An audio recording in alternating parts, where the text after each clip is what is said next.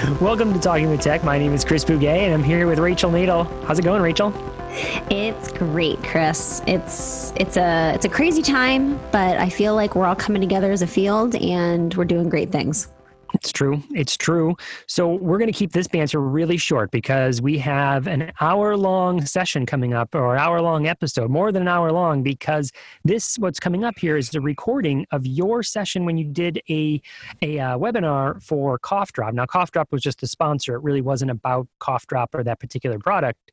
It was just that they did an early version of AAC in the cloud to help all the people on working in telepractice and trying to figure that out.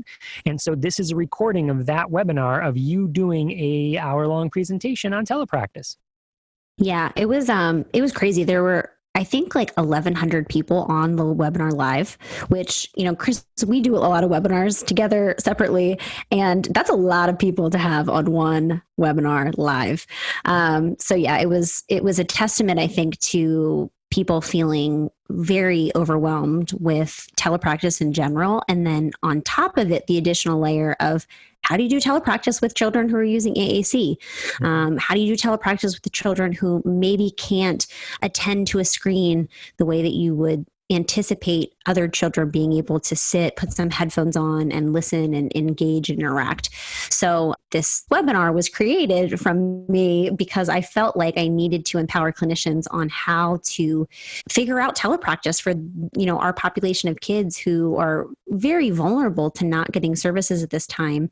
So Cough Drop got in touch with me and said, would you be willing to do a webinar? We know that you're doing AAC and telepractice. And so I said, of course, that is this recording. So if you definitely check out the show notes, because the links to the handouts will be in there.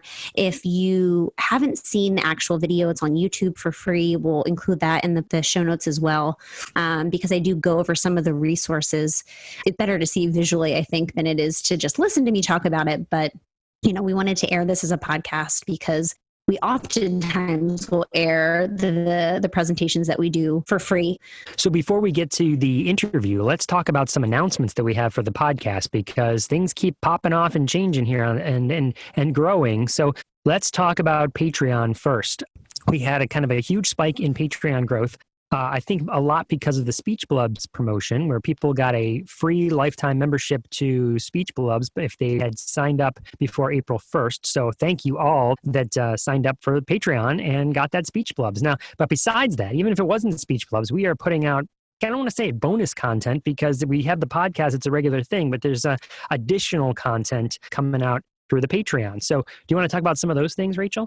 Yeah. So a lot of the feedback I got from the webinar was, well, first of all, everybody wanted a part 2, which I was so flattered by, because I did a lot of sharing of resources, but I didn't have enough time to go into detail. So what I was thinking is this is a time where a lot of people are feeling very stressed and overwhelmed. There's a ton of resources out there, but they're not, organized. And I myself even feel overwhelmed with all the things that I could potentially do, that I feel almost frozen. Like I can't even make a move because there's so many options that I don't know how to, get the ball moving. And so what we just posted in our Patreon was a link to a video that I created that can be sent to parents. It can be used in your sessions. So I think that we're going to be sharing a lot more content very specific to telepractice, because right now that's what our field needs, right? That's what clinicians are asking for. And so that was part of the idea. Also, I want to hopefully start sharing some of my actual sessions, clips from my actual sessions, because that was the other response that I got in the presenter feedback and in the chat during the webinar was, can we see you doing this? Like, we really want to see you doing this. And so right now I'm trying to get my clients on board with allowing me to share video, or figuring out a way to blur faces on the video. But those are all going to be happening in the Patreon. So if you haven't joined our Patreon already, please go to patreon.com/talkingwithtech. We would love to have you join us. I also, Chris, was just thinking perhaps we could do some type of call where we, help answer questions and give ideas and feedback to all our Patreon members.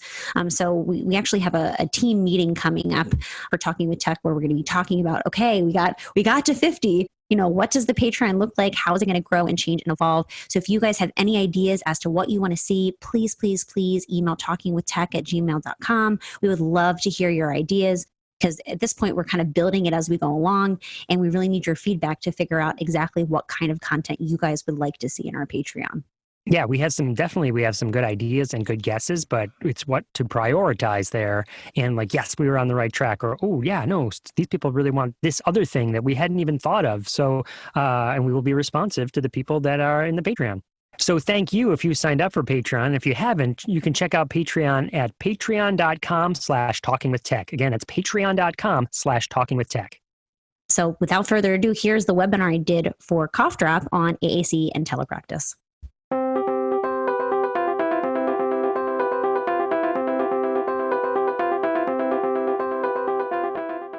Speech Blubs is an app that helps kids make sounds, then words, and then sentences with just 10 to 15 minutes of practice a day. The app has more than 1,500 fun activities for toddlers, preschoolers, and anyone with speech delays. Speech Blubs was designed by speech therapists, parents, and kids too. Video models using actual kids are a big part of its main methodology. Video modeling is an evidence-based practice supported by copious amounts of research to help kids learn language. The embedded videos in the app show kids speaking. The app then invites them to imitate the video model. Parents know that hearing their child finally say mommy, either with their voice or AAC, is a true milestone. Speech Blubs has more than 1 million downloads, proving that the app could be a great starting point.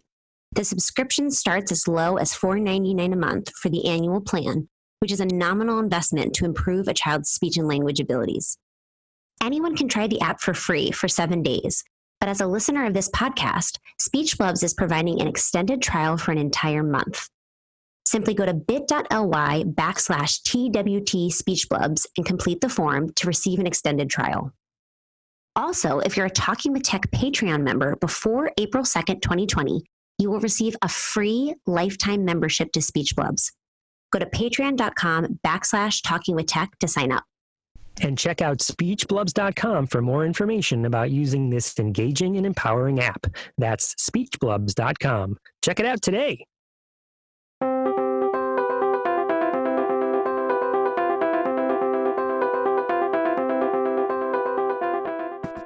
All right. Hey, welcome everybody to our first session for AAC in the Cloud 2020. You know, our schedule, just like the rest of the world, has been a little different than maybe we expected. But we wanted to start to get some stuff out there that could be helpful, given that we have a lot of people who have a little bit of free time on their hands.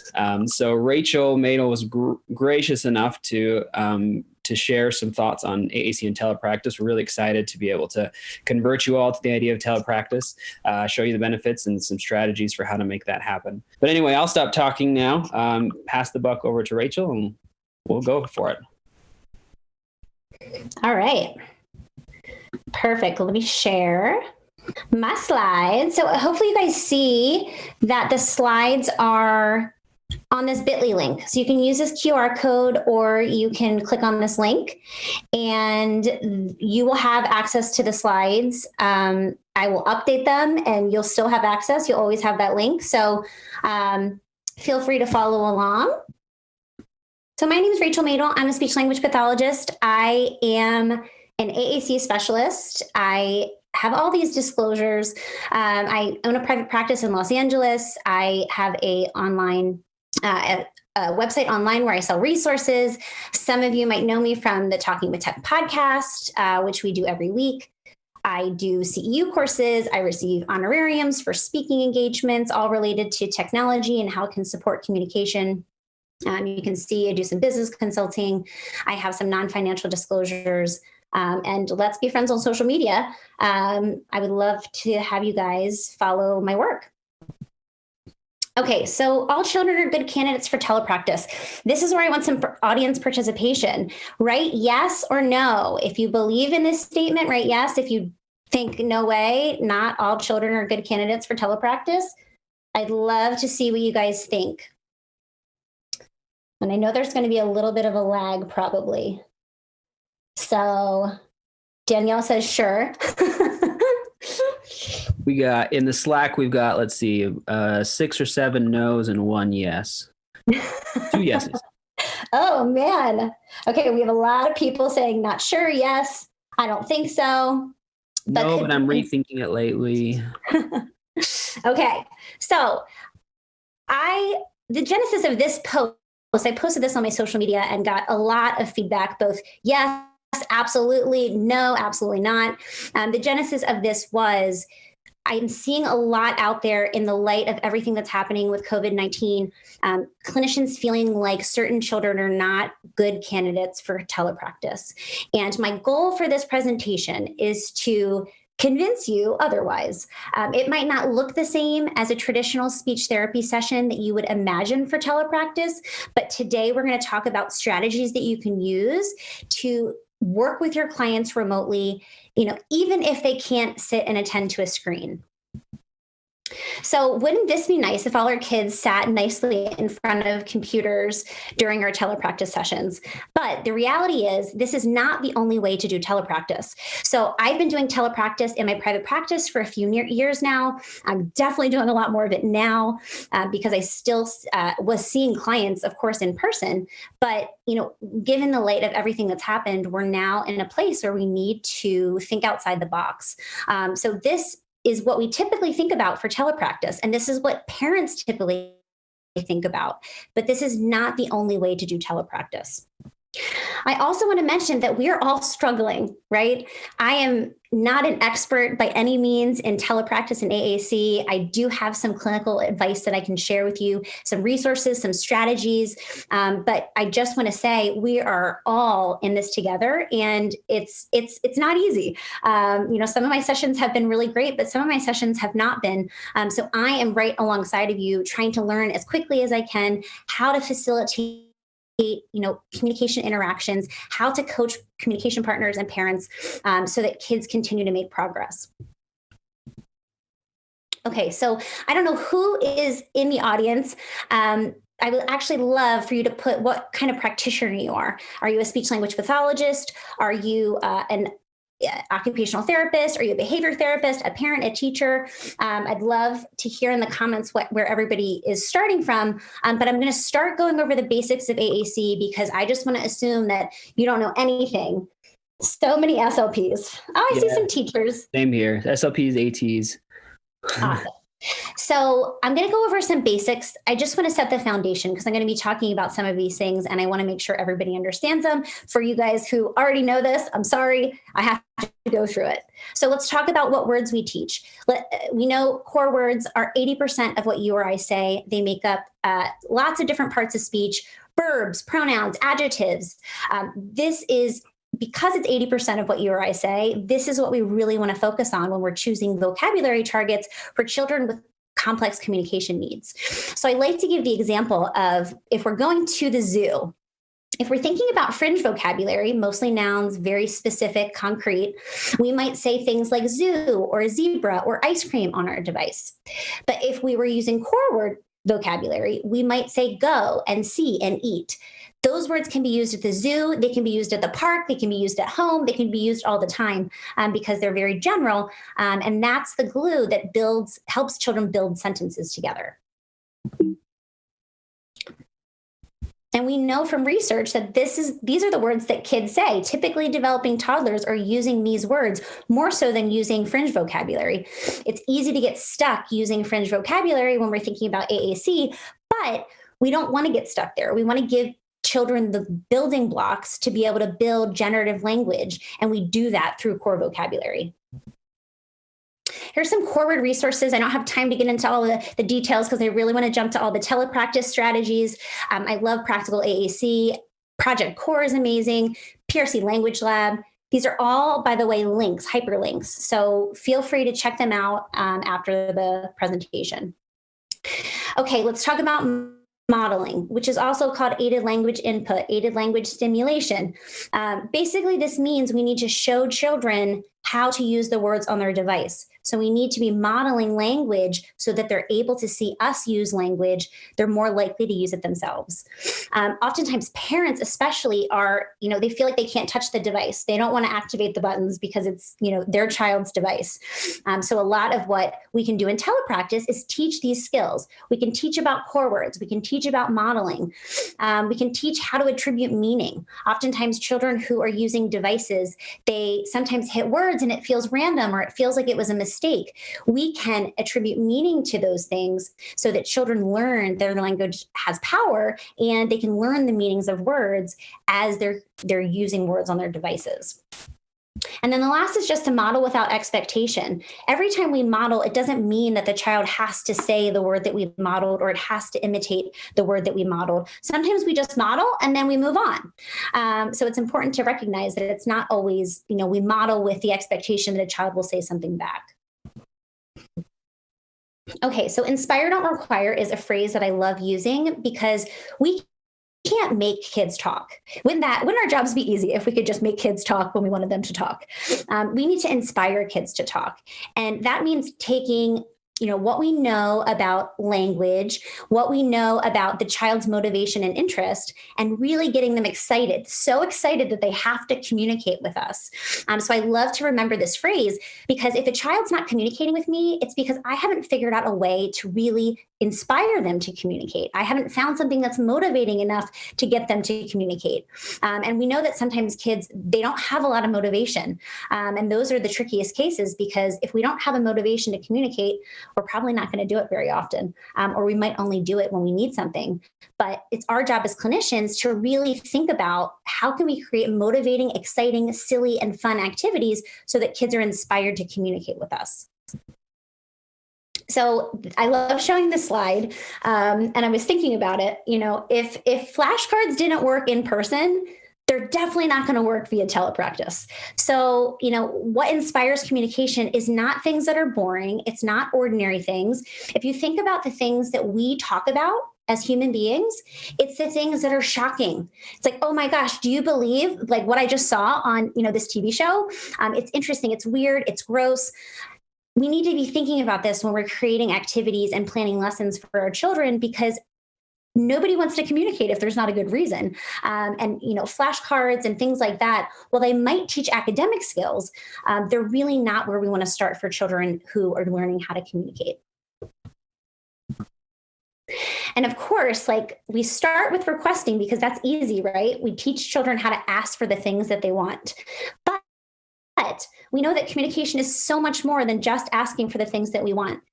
We use language for so many different reasons beyond simple requests. And this is just a few of them. There's so many more.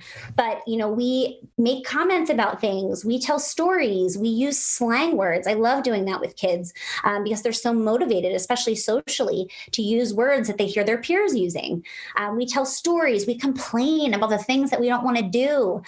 So we really need to think about, when we're thinking about AAC, we need to think about all the different ways that we can support language beyond just simple requesting.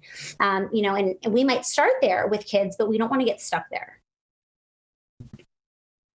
I love this. Carolyn Musselwhite, she was on our podcast. We did a podcast recording with her earlier today. And she actually said this. And I said, Carolyn, guess what? I'm going to be talking about this on my webinar this afternoon.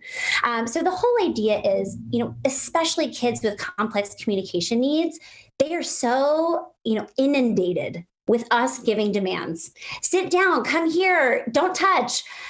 The last thing we want to do is make communication a demand. And you can see, over here, if I want a child to say cake, for example, and I'm trying to model cake, I don't want to say, where's cake? Show me cake. Find cake. That's a demand. But we can very easily shift our language. Cake. All while modeling on the device without expectation, but inviting a child to communicate with us.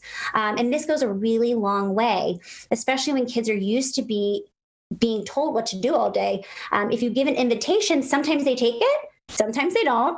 But we really need to be careful about the language that we're using. And this is a perfect strategy when you're working with parents and you're coaching parents, which we're going to talk about in a little bit. Okay, so let's talk about some technical considerations. Let's go through them a little quickly because I want to get to the good stuff, which is the clinical stuff. So of course we need to think about privacy, right?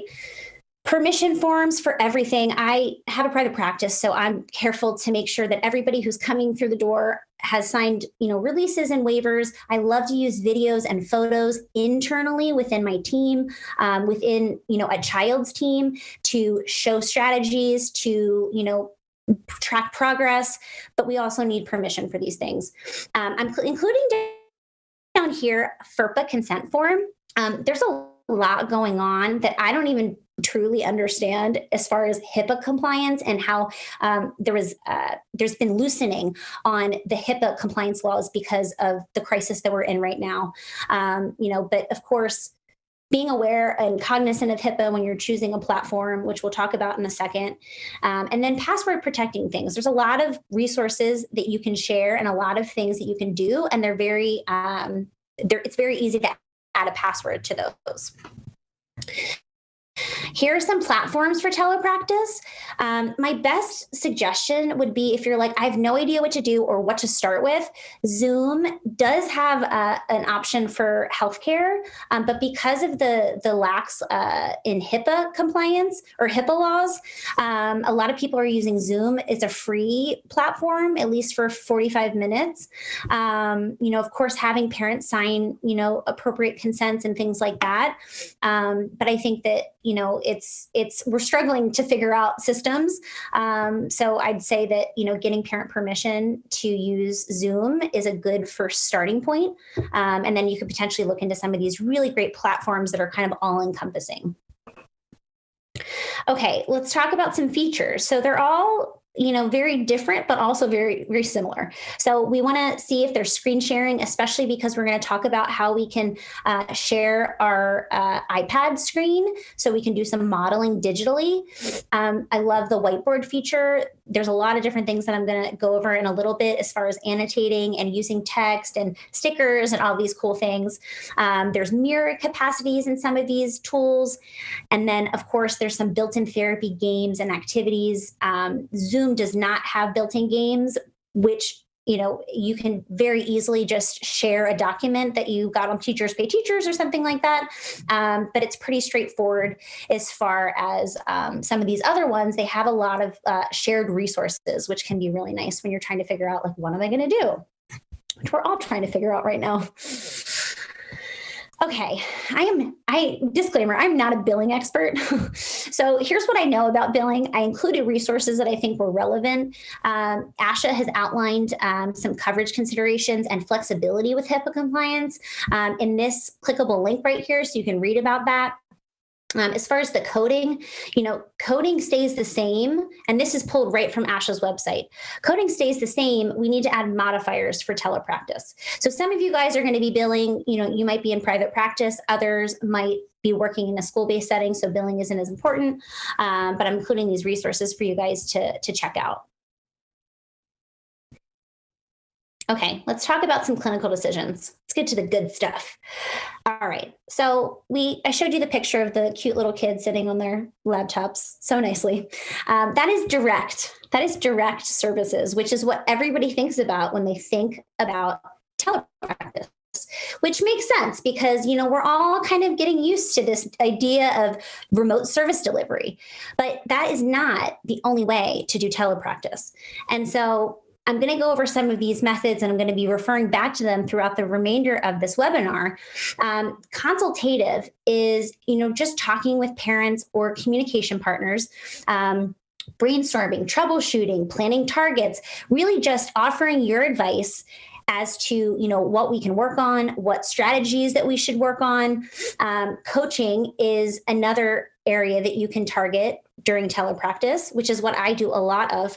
I give parents specific feedback, either in real time, they're opening the computer and I'm coaching them in real time through an activity, or after the fact, which we'll get into more detail about how you can utilize video to highlight strategies, to practice strategies in a way that maybe isn't as overwhelming to a parent as giving feedback in real time while they're trying to work with their child. And then I put a hybrid. I'm all about the hybrid approach. I do a lot of different things with a lot of different kids. So I'm kind of cycling in and out of these different approaches. Okay, so we're in crisis mode, a lot of us, right? And parents especially. They have children, especially children with special needs, that are home. They oftentimes are trying to work in addition to homeschooling. And, we don't want to add an additional layer of burden to families who are already overwhelmed. I've had the whole range of my parents these last 2 weeks. Some parents are like, finally, like we get a chance to like practice these things. I'm so excited. I'm home and I'm ready. And then I have other parents who are like, see you in like 2 months, Rachel, like I don't want anything to do with this. So, asking specific parents or asking specific questions can really help gauge where are parents at with all of this, knowing that it changes too from week to week. So, just asking, how's it been going? That can really gauge. It's such a simple question, but it can really gauge if a parent's like, I'm in survival mode, like, so-and-so is not doing this. And, it's like, okay, like that is really good information for me to know, because when I'm deciding what level of service I'm recommending, what kind of service delivery model I'm recommending, and what kind of at-home practice I'm recommending, I know that like, okay, parents really overwhelmed. Maybe I just like, give them like super simple and achievable this week. Whereas if I have a parent, who's like, it's going really great. Like, I'm surprised at how well, the telepractice is working or the online learning is working. That's a very different story. I also really like to ask, how has your child been using his or her device this week? And specifically, what words? Because that can help me figure out, what is a child saying spontaneously? Because oftentimes we know what kids are doing when we prompt them. We're prompting them and saying, what do you want to eat? Or what do you want to play? But what are kids doing, with their devices completely on their own accord? Because that's where we know there's motivation, right? If a child goes and gets their device and starts communicating with us, I want to know exactly what that child said so that I can build up. Right? So if a child says go, and mom's like, he's been saying go all week. I'm like, great, let's add a word to that. Go where? Go outside, go to bed, go to the sofa, go to the kitchen. So it really helps knowing what a child's saying spontaneously so you can help guide the treatment that way. Also, what activities? If it's like, oh, he's been loving playing the iPad game with his sister, that gives me a lot of information about what kinds of activities I can recommend and what kinds of language targets I can recommend to practice at home. And then, of course, just asking, what are some ideas which make the most sense? I kind of give like a buffet of menu options to parents and say, what are you thinking? Like you could take a video of, them playing with their sister and we could watch it back together.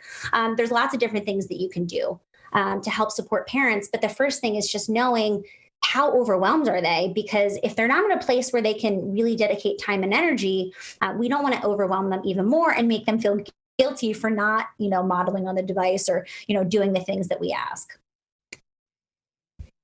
And communication should not feel like work. So, we are obviously gauging parents' level of overwhelm, but we need to be creating activities that are fun and engaging and parents get excited to do because they're connecting with their child. And so that looks very different and it's kind of hard. It's easy for us to plan lessons and say like, I'm going to read this book. It's harder to kind of get to the bottom of what are some activities that parents are already doing with their children where we have communication opportunities. Oftentimes children who, use AAC, they have special moments with their parents and, we don't really see them or know about them. It's not until I start asking a lot of questions, what's your favorite time of day to spend with your child? What are you doing when you're spending that time together?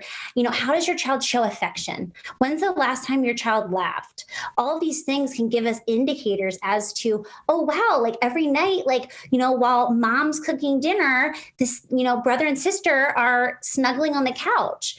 That's a perfect opportunity, to use the word cuddle or, whatever the targets are. But it just gives us a lot of information.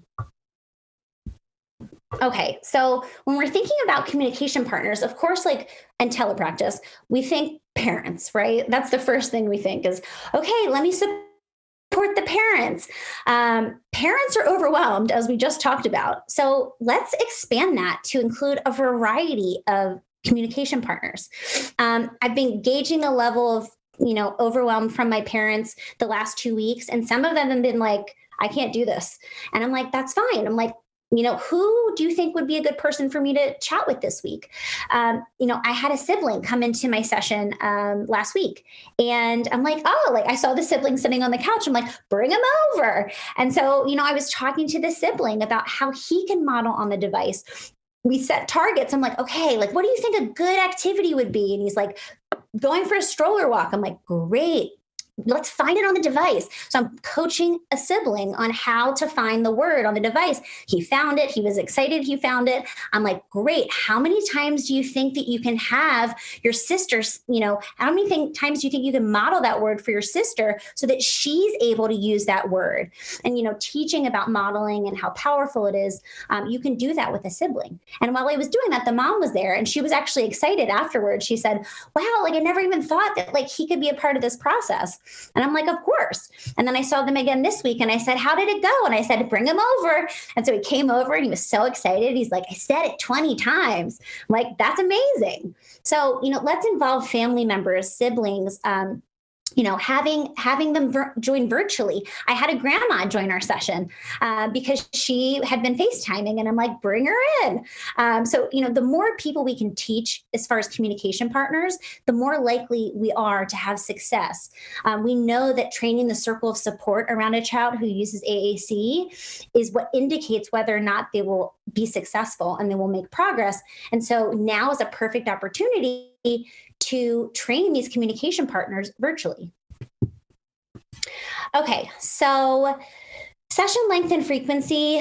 Some of you guys are probably school-based SLPs who are governed by IEPs, but just thinking about this, thinking about the flexibility, we're all kind of trying to figure this out. So, as flexible as we can, I think that's the golden standard that I'm going by these days. It obviously is dependent on a child's attention. I have kids that I could definitely do 60 minutes with, in their home one-on-one, but I'm finding that the telepractice session is better for just 30 minutes. So it really just depends on a lot of different factors. For those of you who have families who are like, I don't think this is going to work, I offer trial sessions. I'm just like, we'll do one activity. I'll do a shared book reading, or, just be 10 minutes talking with mom, or whatever it might be, as a way to really try to get buy-in and say, it doesn't have to be him looking at the screen. Because I think, as many of you probably thought, is, okay, I have to do telepractice. I need to see the kid, and I need to talk to him. And, it doesn't always have to be that. So we need to explain that to parents as well. Okay, so planning ahead sets everyone up for success. I feel like I learned that in grad school, and I've never forgotten it. We really need to plan. And I have to say that I've been overwhelmed the last 2 weeks because I've converted a lot of my clients to telepractice, and I'm used to just following a child's lead and opening my cabinet and, saying, what do you want to play? And now I'm like, well, that's not exactly going to work, because I I have a digital cabinet, but I need to find some things that I think might be effective. And so planning is really, really effective, even more so. And I know a lot of you guys are trying to plan sessions right now and probably feel just as overwhelmed as I do. But finding things for families and making them easy to share is going to save you a lot of time, and it's going to ensure that your session is a lot more effective. Okay, so I want to show you. This is what I've been using, and you can click on the link. I just clicked on it. So if you click on that link, it will copy this spreadsheet to your Google Drive. This is what I've been using as my kind of go-to for a lot of my clients. So I have the date, I have the routine we're going to practice, I have where we're going to practice it. Let me tell you, there's a few good things about telepractice, and I feel like generalizing. I'm like, okay, I want to eat, let's practice the word eat in the kitchen. Where do you guys eat? Great, let's go to the dining room table. And giving parents some materials that they need to have prepared prior to your session if you're going to be coaching them through, a certain activity. Links to technology if you're using any online books or videos, the vocabulary that you're going to target. And then the feedback is so I'll fill in all of these things ahead of time.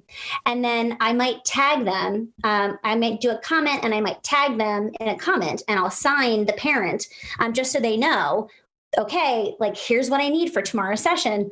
And then I give specific feedback, right? So it's like, I love how you said open and you were modeling it. Remember to pause a little bit.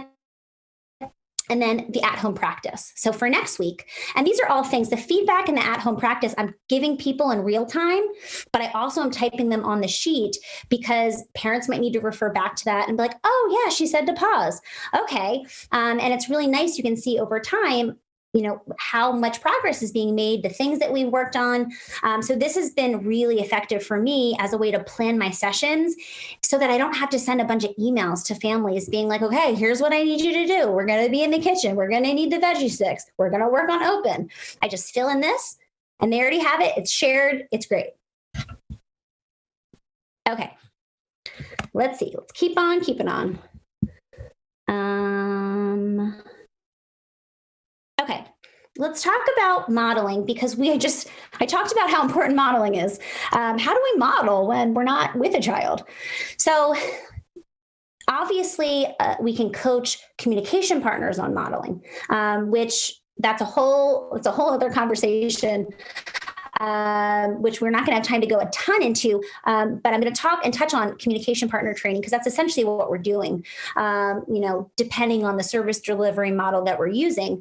But we want to try as best we can to model on our end, mostly for the parent or the communication partner. So I want to show them, as I'm reading a book or as they're reading a book, when I would say go or when I would model go.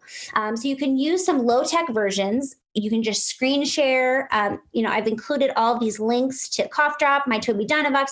All these companies have amazing, resources for users that are using their systems. Screen mirroring is another really great thing. Some of the platforms have it built in. I use Zoom for my telepractice, and so I have the screen sharing capacity, which is really nice. If you don't have that, you can always use one of these services, which is really nice. But screen mirroring allows you to see my screen. I'm going to show you in a second. It allows you to see my screen, which is really, really helpful. All right, so here's the sharing capacity on Zoom. Because I don't know if you're going to be able to see it when I share. I feel like I'm in the Matrix trying to figure out, like, I'm on Zoom, talking about Zoom. But I want to just show this. You can share a desktop, a whiteboard. You can share iPhone, iPad via cable. And these are the little different tabs up here. So make sure you're on basic to be able to find this. But you can very easily share your screen, which I'm going to show you. Okay, so this is one of the features I'm going to show you, the annotation features, but I'm hoping to be able to show you in real time. So let's see if I can figure this out. Okay, let's see here. I want to share my iPad. Okay. All right, let's see here. I hope this works. There's a little bit of a lag. Okay, amazing. So you can see, here's my iPad screen, and I can model. So, but you can't, one of the things that we're missing here is that you can't see where my hand's moving anymore. So if I'm modeling in real life, you can see my hand and you can see it track across the screen to find words. We don't really have that. So I have a few workarounds. One, you can use the Annotate feature. So I'm going to move this up here. Hold on a second. So let me delete this. So the Annotate feature on Zoom, and I'm sorry that's the only one I'm talking about because that's the one I use, but I know a lot of these have these capacities too. So there's a stamp. So say we're working on the phrase I want or I like. So there's a heart stamp, and so I can put a heart on I as I say it. I. And then I can put a heart on like as I say it, which is really nice. You also can use this spotlight feature.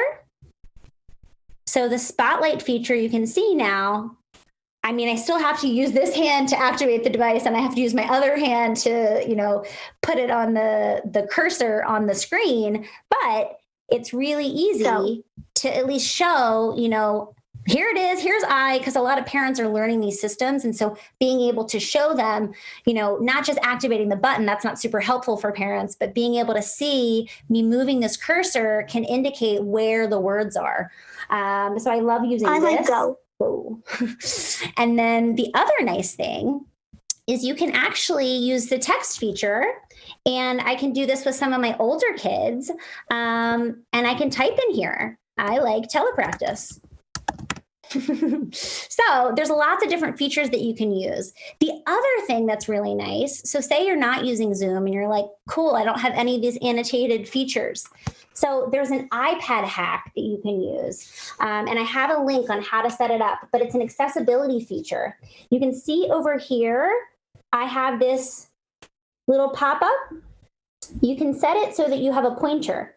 So this works on all iOS devices. Go. So I can make it and it's just tracking exactly where my hand is moving. So this could be a really great visual cue to help to help show communication partners where the words are, and also show kids if you're doing a more of a direct service delivery model.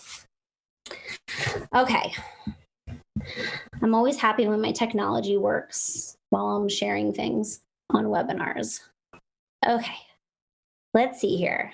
Let me go back. Hold on a second. Clear. Okay, so you can see these are the annotation features. I'm not sure if you were able to see that. You probably weren't, but this is what the taskbar looks like. Here's the stamp, so I picked a heart. There's the spotlight feature, which is really nice. So yeah, I would definitely get creative with these types of ways to model. Here's the assistive touch. This is a link that you can go to a YouTube video teaching you exactly how to set it up on your iOS device. Okay, let's talk about ways to save time, because none of us have time because we're so busy planning for all these telepractice sessions. So I love using Acuity.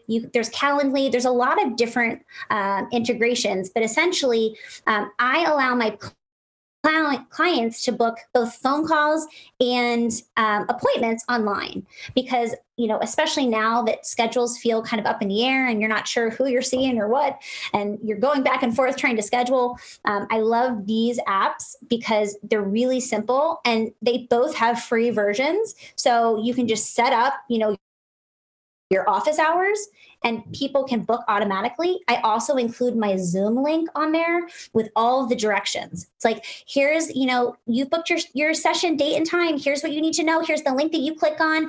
Arrive 5 minutes early to troubleshoot tech issues. There's all these things that you can automate to save yourself some time. Some more time-saving tips. If you guys can't tell, I'm obsessed with efficiency hacks. So I love to share these types of things because it frees up our time so we're able to spend more time doing things that matter, like finding great activities and fun resources and things like that. Shared Google Docs are really great. I showed you the treatment plan that I have for at-home practice. I'm going to go over Loom in a second, which is a really great tool that I love sharing. Zapier, you can set up automatic integrations. Core Word of the Week resources can be really helpful because they're kind of all-encompassing. You can help support your families doing a core word of the week. And I set a timer because I go down rabbit holes, during lesson planning. And so I'm like, okay, I'm only going to spend 20 minutes on this online book app to find some books for this week. And then last year's AAC in the Cloud presentation, I did with Chris Bouguet, my co-host on Talking with Tech.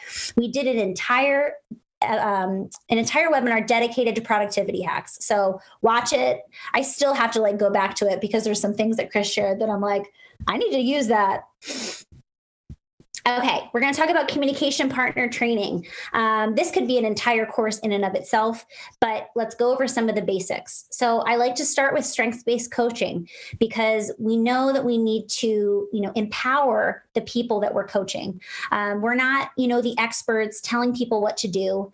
In an ideal model, we're alongside, we're collaborating, we're coaching, and we're really, working alongside of communication partners to create, a really positive relationship. So that's why the first one I say positive change starts with the relationship that you build.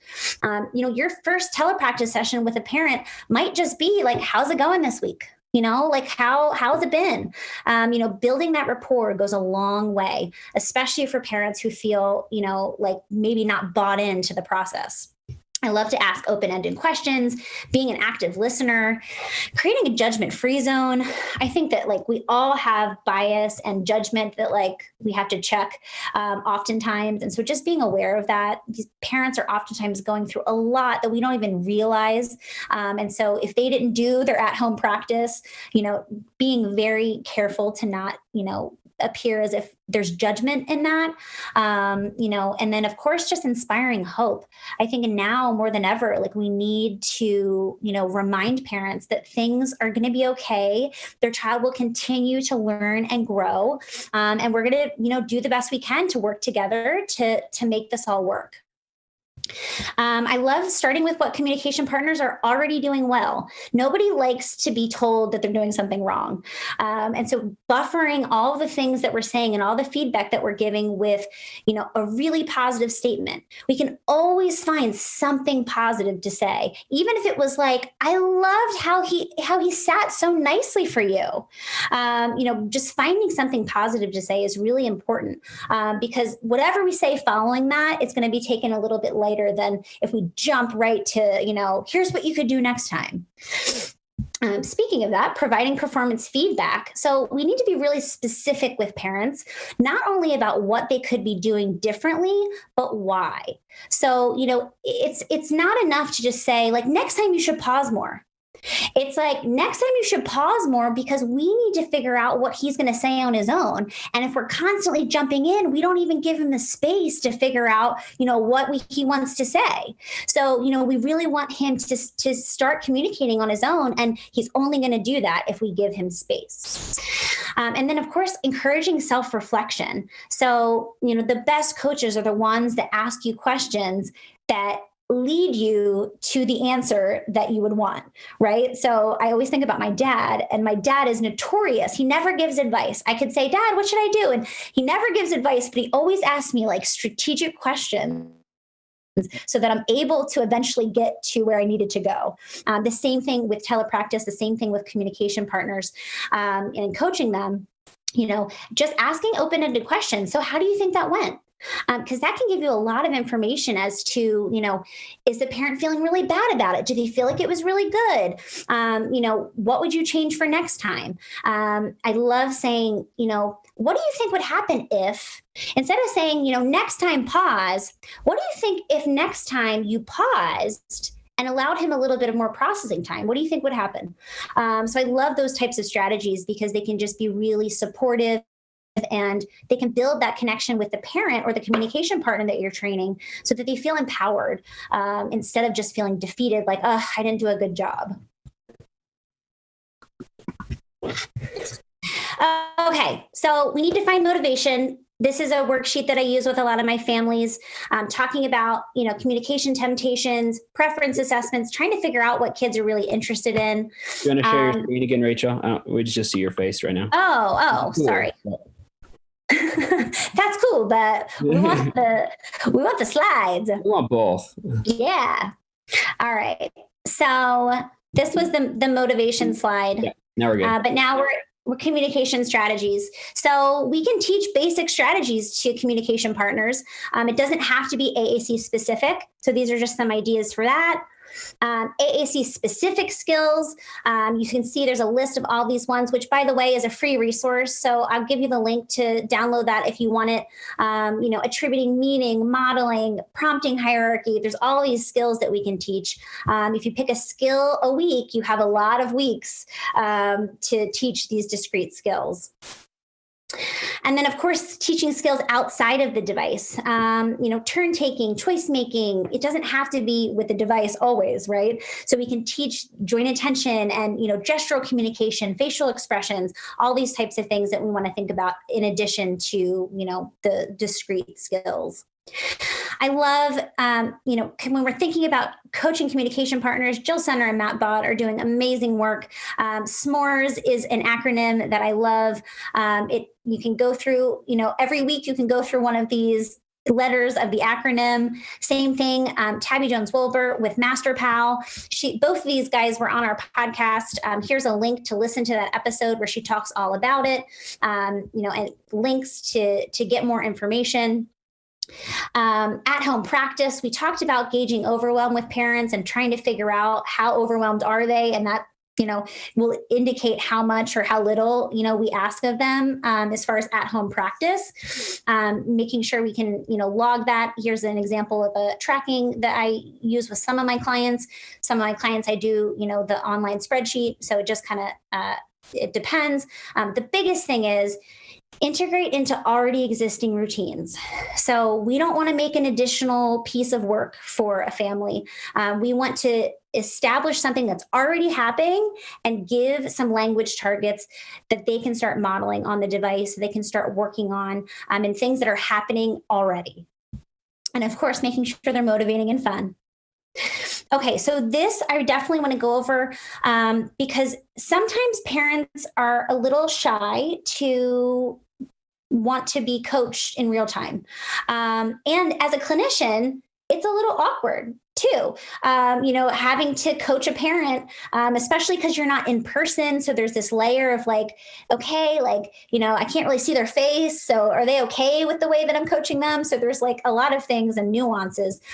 So for parents that are a little hesitant, what I'll say is, take a video of, something that you're doing. It can be a routine you do every day. It can be your favorite time that you spend with your child. Take a video, whatever it might be, and send it to me. And then I'll take a look at it and we can go over it in the session today. And so that is something that makes parents feel a little bit easier because the pressure's off. The performance anxiety isn't spiking at an all-time high.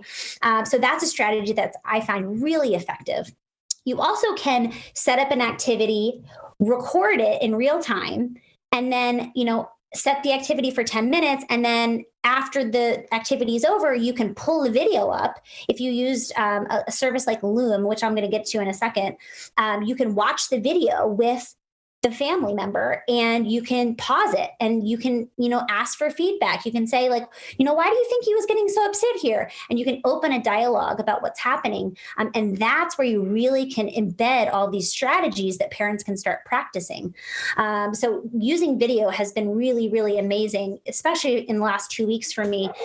Just thinking outside the box on how I can get parents, involved and learning these strategies. Using videos of past sessions, both with the child. I've also asked some of my clients, would you be willing to share this video, with other parents as a way for me to teach a strategy that I think is showcased really nicely in this video. And oftentimes parents, when, you're asking to use a video for educational purposes, they're very receptive to it. So I've been going through all my past videos and being like, ooh, there's a really good one where I was following the prompting hierarchy, or ooh, that's a really good one of following a child's lead. So I would encourage you to think about that. If you have your own kids, modeling with them. So doing an activity with a device, set up a camera, the sky is really the limit, but the power of video is really amazing. If we didn't have video, we would not be able to learn through these webinars and we wouldn't be able to coach from afar as successfully as we can now. Here's some ideas. Basically, I just want things to be motivating, and giving specific feedback to parents is really important.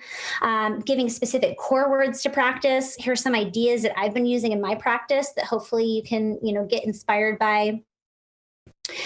Our ultimate goal is fostering connection, though. So yes, we want to target core words and we want to learn about the prompting hierarchy and we want to do all these things, but ultimately we want to foster connections. We want parents to be able to connect with their child. We want siblings to be able to connect. We want to foster connection, and language will eventually grow out of that. Sometimes parents, they don't know how to interact with their child. And so now's a perfect opportunity that we can coach them along the way in ways that are engaging and fun and doesn't feel like work. Okay, so I'm going to go over these briefly because I want to make sure I get to the fun stuff, the tools. I love shared iPhoto albums. One of the issues with video is it's hard to share, especially if they're longer. So shared iPhoto albums are a great way where parents can just upload to a shared album, and I'm on that album, and I can even comment on, that was great. Like, you should try a WH question with that book. I can, of course, take the video, and then we can use it during our sessions. So they can be a really great way, in telepractice and otherwise. I love having these shared iPhoto albums. Also, private video channels are really effective. Oftentimes we can show in a video clip 10 seconds long what would take 30 minutes to write in an email. So it's just a faster way to communicate with families, and of course making sure that it's password protected. You can create private channels, all of those things. Okay, so Loom is like my ultimate hack, you guys. I love this website. It's free, which I love the sound of that. It also allows you to record your screen, record yourself, or record your screen and yourself. So the nice thing about this is, typically if I were to take a 30-minute video of me doing something, either working with a child or showing a strategy, I would have to send that via Dropbox or Google Drive because the file would be too big. Loom, as soon as you hit end on the video, it copies a link, you can password protect it, and then you can send it, you can paste it into an email or a spreadsheet, or send it directly to parents via text message. It's a really, really great tool that I can use, when I'm coaching, to just send updates, to give ideas. We're going to talk about that right now through some of these tools that I can also recommend. So animated shorts, they're wordless videos. They're amazing. Here's why. They're amazing for a lot of reasons, but here's why I love them the most. So they're great for all different ages. They don't have words, so you're reliant on facial expressions, which can be really good to talk about feelings and perspective taken, and actions. So oftentimes they're full of things that are happening that we can talk about, we can comment about. So I just love animated shorts. Edpuzzle is amazing. I'm actually going to show you. So Edpuzzle is a way that you can upload a YouTube video and you can practice. Let's see if I can, this might not work because my internet's like crashing. Oh wait, I have to skip. So you can see it's playing a video with an ad. Everyone. And then you see it stops. And what I've done with this is like model the word go. You can add little notes to parents so they can stop the video, they can rewind, and you can save these and you can share them with lots of different families. So I just love Edpuzzle just because it's a great way to be able to model core words. You could theoretically do the same thing with Loom, right? You could watch a video. It can be like right here, model go, right here, model on. So you can use those tools in unique ways. This bit.ly link is a link to a playlist on my YouTube channel that has a ton of animated shorts that I use for communication. So definitely check that out. Videos. I love videos. I think you guys can realize at this point, you can do video chats. You can do puppet shows I've done. You can do silly videos and have, a parent just take a video of a child being silly. There's lots of different ways that you can use videos in your treatment. Here's another one. Puppet Master is one of my favorites. I'm going to show you really quickly. I wish I had more time to just share all of the things because there's so many things that you can see that you can make puppets and you can make them move and you can make them talk. And what's really cool is that you can actually use a child's photo. So you can make a puppet out of their face, which kids just get such a kick out of. They really love using that. There's these other Chatterpix and Sock Puppets are both apps that are really wonderful. Okay. I love using GIFs in my therapy. First of all, let's not use action words on a static card anymore, because we can do better.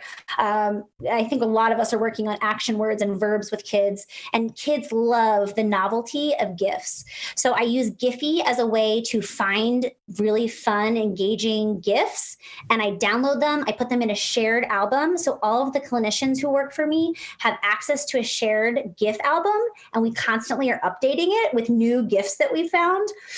What a great way to comment, to model language, to ask WH questions. A lot of really great ways that you can use GIFs in your therapy. Creating stories is another really great one that I love to do. My Book Creator is an app that I've been using, which is really nice because you're able to invite others. So it can be a collaborative process. I made this the other day with a little girl that I was working with who loves princesses. And you can, create text. You can import images from Google. You can I have a shared Google Drive with family photos of some of my clients that I'm pulling and making stories, social stories, just silly stories. So I love this tool. Let's see. I love augmented reality. I love all the tech nerdy stuff. The Merge Cube, you can actually, which you see right here, you can print out a version of this, and you can use augmented reality apps with this Merge Cube. AR Dragon is one that's awesome. I also love Do Not Touch. It's this button that says Do Not Touch, and it's by Nickelodeon. They update their content every week, and it's completely free app. And it says Do Not Touch. So great time to model not, do. And of course, kids just want to touch the button and then these silly things happen. So I love using these. My Talking Pet is another really good one.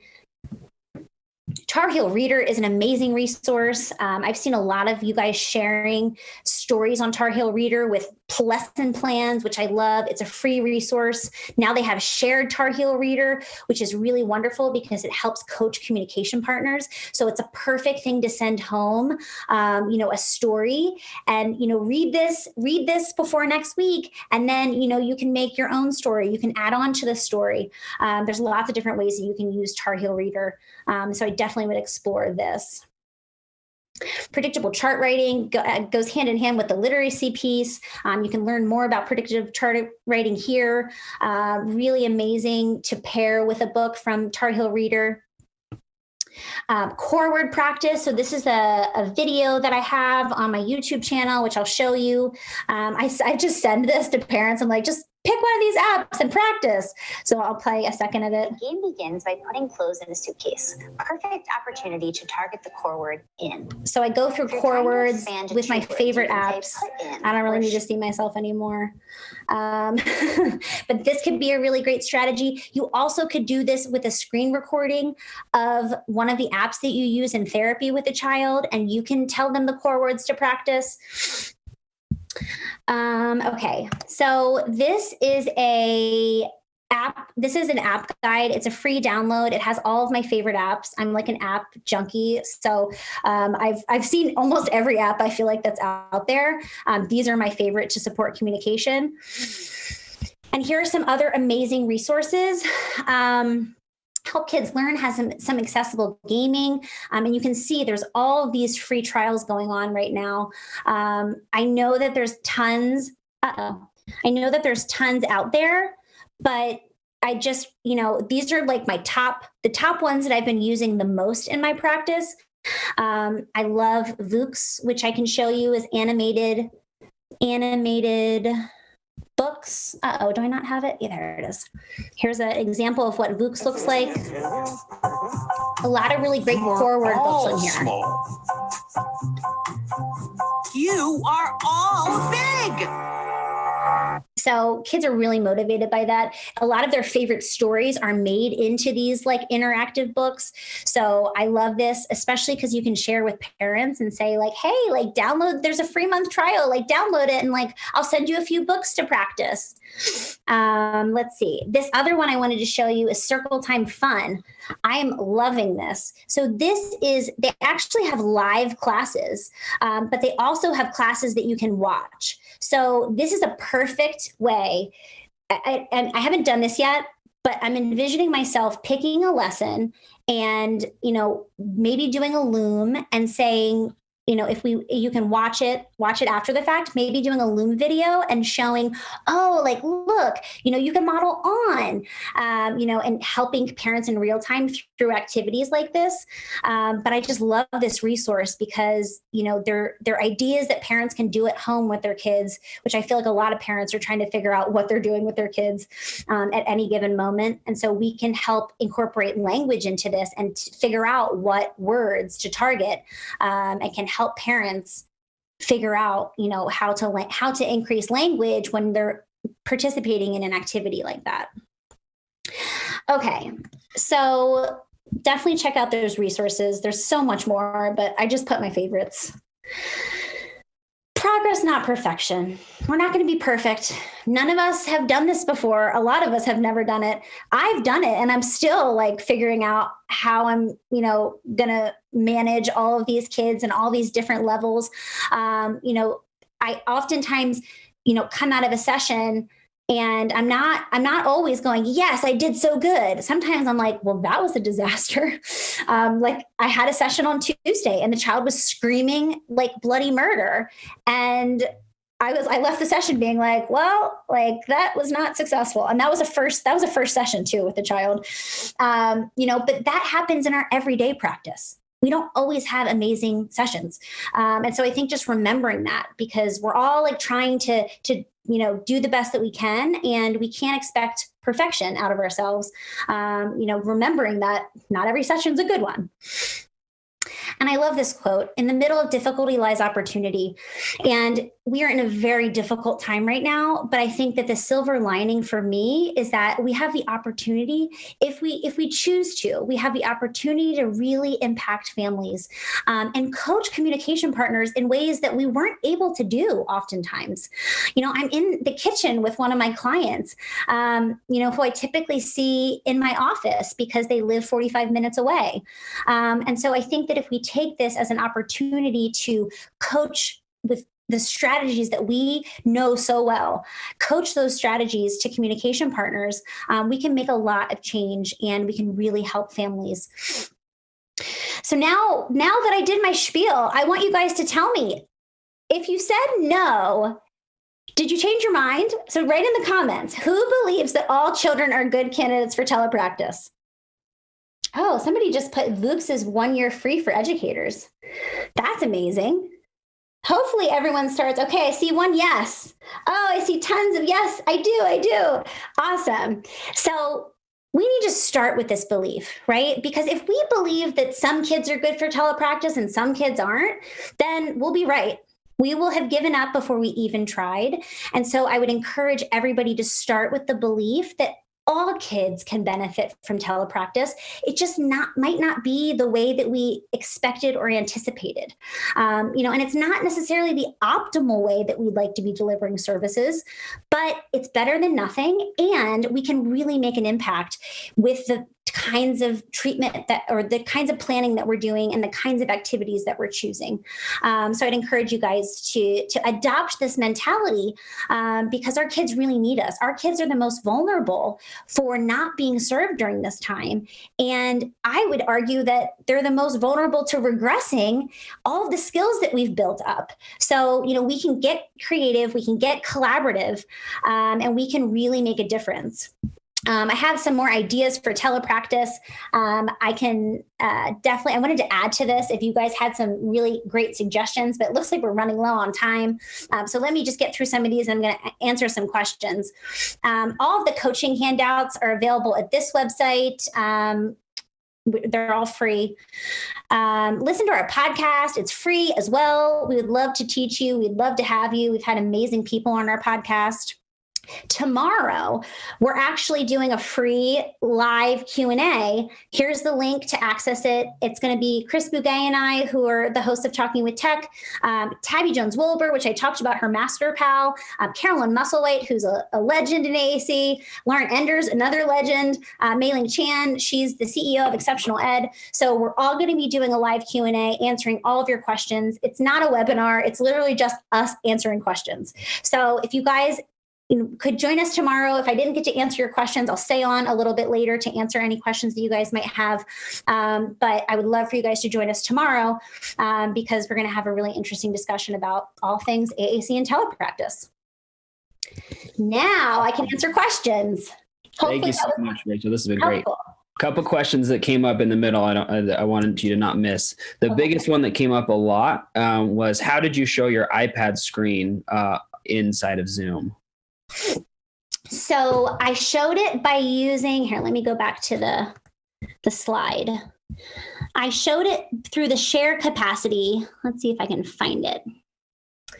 All right. So right here, iPad, you can share iPad or iPhone, iPad via cable. So you actually have to connect your iPad to your computer somehow. And then you just click on it and it'll show your screen. I assume this is probably just a Mac only feature, but I guess I don't know that for sure. I don't know. And yes, I have a Mac. A lot of the things that I share are also PC friendly, but I'm not sure as far as Zoom. So hopefully that works. You also, though, can use these air features, these, hold on, let me go back. These screen mirroring features are definitely compatible with both PC and Mac. So cool. If the Zoom doesn't work, plugging it in, you absolutely can use one of these services to mirror your iPad screen. Awesome. Next question. Do you have a sample consent form for telepractice that you can share? I could share that. I do have a consent form. I also included that FERPA. Where is that? Let's see here. Hold on a second. Let me find it. And actually, that's a great question. We're going to be talking about that. Lucas Stuber, who's coming to our talk tomorrow, or Q&A, he has like all of this inside information about HIPAA compliance and all these things. So he'll be able to answer that definitely better than I can.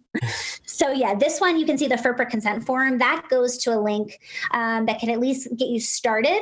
But yeah, I can share something like that once I get my wits about me. Yeah, no, that's fine. You're good.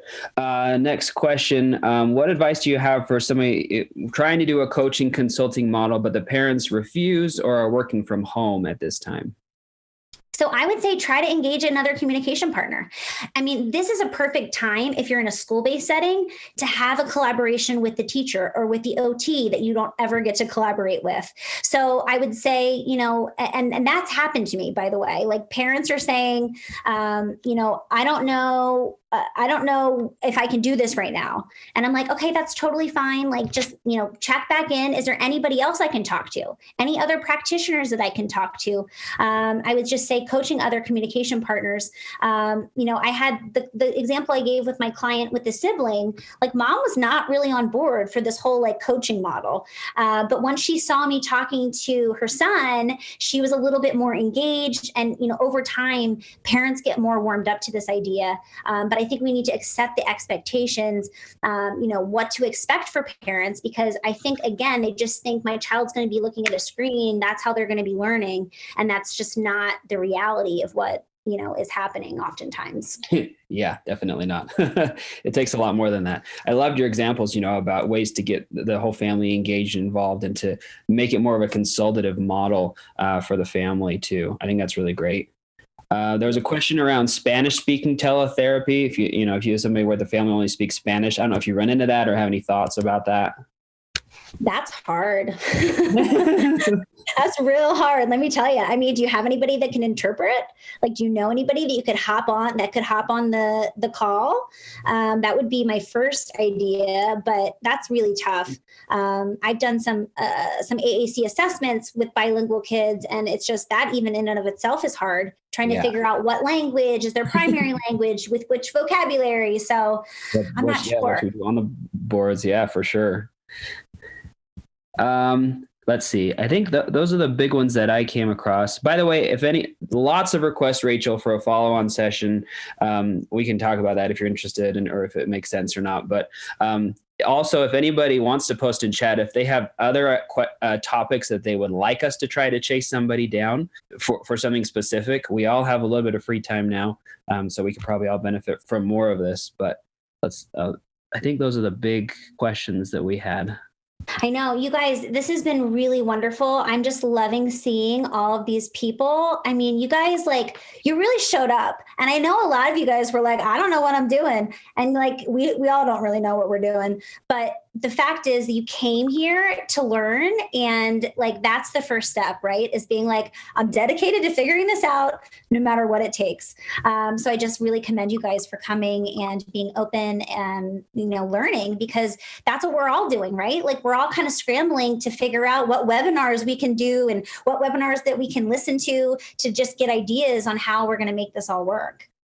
Yes, definitely. I mean, this has been great. We had over 1,000 people attending the session and, got a ton of great advice from you, Rachel, which is great. I love how empowering you are, how you help people really just feel like, this is something I can do. You take all these crazy technology things and say, actually, we can do this. You guys can do this. So that's awesome. As far as housekeeping, people are asking if they can see these sessions afterwards. The answer is yes. It'll just be on YouTube, just like it has been. You can reload it and watch the whole thing. There is participation credit that's available. I'll post again a link to the survey you can fill out and tell Rachel how much you appreciated her awesomeness or whatever other feedback you want to give. I think those are the highlights. Thanks again, Rachel, for all of your help and all the work you put into to put that presentation together. That was some really great resources. Yeah, actually, someone's asking if I can post. Sign up for our podcast, for the Talking with Ted podcast, if you haven't already, guys, and get at, because they do great resources on there as well. We have had like everybody who's been wonderful. Brian, you were on our podcast. Yeah, it was fun. The early stages. But yes, it's a really great resource, and we have amazing viewpoints from clinicians all over the world teaching and giving ideas about AAC in general. So I'm really excited to see. Now we have to add the layer of telepractice to it, but hopefully you guys feel empowered now that you watched my webinar. Awesome. Thanks again, Rachel. We really appreciate your time. Thanks everybody for coming. Absolutely. See you guys.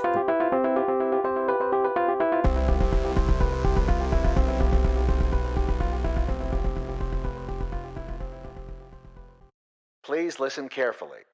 Hi, I'm Matt Hott, one of the hosts of Speech Science, a weekly podcast bringing you all the information that you can handle related to speech sciences and disabilities. Michelle Wintering, Michael McLeod, and I interview leaders and difference makers in the field. Every Tuesday, we drop a new episode. You can find us on iTunes, Android, and on our website, www.speechscience.org/Speech Science Podcast. Join us as we try to find the answers to the question, what is communication? You're listening to the Exceptional Podcast Network.